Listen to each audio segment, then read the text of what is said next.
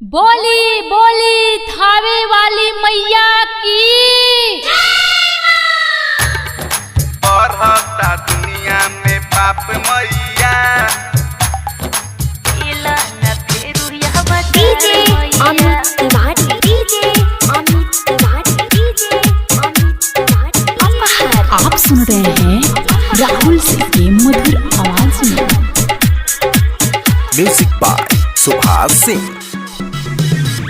करतारी सभे पुकार मैया, ले लो ना फेरू यह अवतार मैया।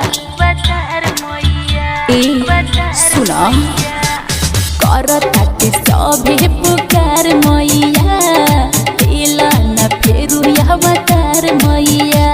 आके करना तू साफ मैया, आके करना तू साफ मैया। बड़ी बढ़ता दुनिया में पाप मैया, बड़ी बढ़ता दुनिया में पाप मैया।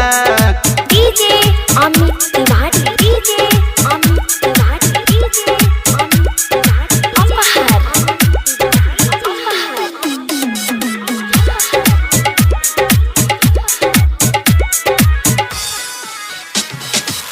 रक्ताया बीजे के मरलू तुही, चंदैया मुंडे के संगरलू तुही।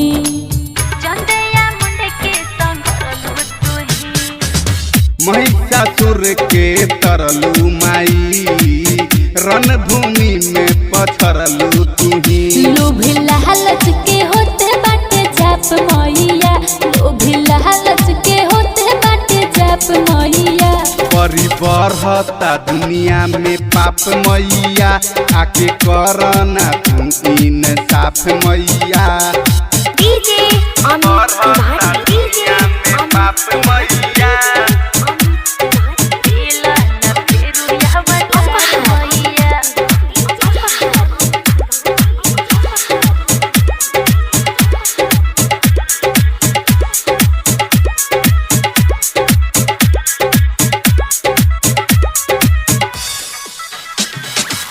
होता भी धर्म के नासी माई, तोहरे पलागल बयासी माई।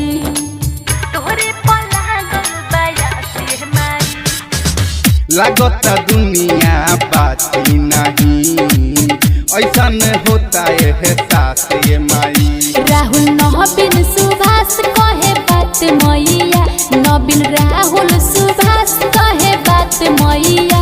बड़ी बढ़ता दुनिया में पाप मैया, आके करना तू